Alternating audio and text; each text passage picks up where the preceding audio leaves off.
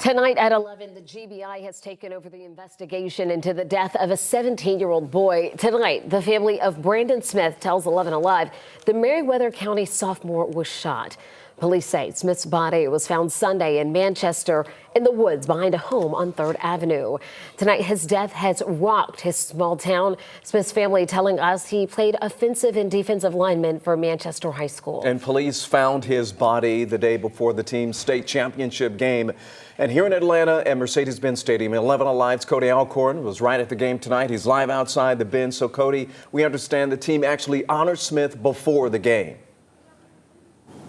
They did, and it was heartbreaking to see these young men, the first team out of the Blue Devils squad in 26 years to make the state championship game. Ron and Jennifer, they lost by just 1 point a short time ago. But think about what these young men have been through in the last 24 hours. This time last night, they were grieving their teammate, number 52, Brandon Smith. Tonight, these young men had to put those emotions to the side and come out here and play the biggest game of their lives so far. And their coach, Stephen Holmes, talking about that just a few minutes ago. You know, all those people right there, our community, those people watching at home, they were looking to us for strength tonight, and those 48 young men, those 15, 16, 17-year-olds that got there and showed it.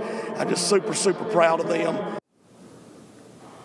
Incredible young men, a great game they played. The team captains carrying Smith's number 52 to the 50-yard line before the game. Both sides standing for that, paying tribute to this young man whose life was taken away too soon. And as I mentioned, these guys having to pull their emotions together as they learned just 24 hours ago, their teammate's body was found. He was shot and killed. These young men, having to wear that on their shoulders tonight, get out on the field, and be the first team from their small town to try to get this championship in 26 years. The last title won in 1997. Unfortunately, they could not do it. Now, sadly, Smith was only there in memory tonight. His family telling us, as you mentioned, Ron and Jennifer, he was shot. His body found less than a mile from the police department on Sunday morning. And get this, not only was Coach Holmes having to stay strong for these men, he is the one who told Smith's family that his body had been found. Take a listen to his grandmother and uncle. We were down in Manchester today talking with family just about this senseless crime.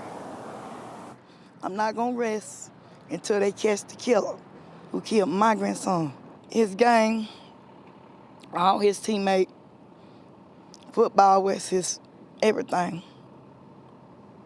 And he wanted to make it, but his life was cut short. He didn't have a mean, horrible bone in his body. All I ask is that the person come forth. And tonight, inside the stadium, one of his coaches even wearing the number 52 as he was on the sidelines. Well, I'll tell you, it was a little emotional there towards the end. You saw those young men get emotions there in the last few seconds. It's going to be a long bus ride home tonight, but these guys have a lot to be proud of, and you got to keep these men in your thoughts and prayers and this small town as they are just now starting that grieving process. Tonight, the GBI still investigating Brandon Smith's homicide. At last check, no one's been charged in his killing.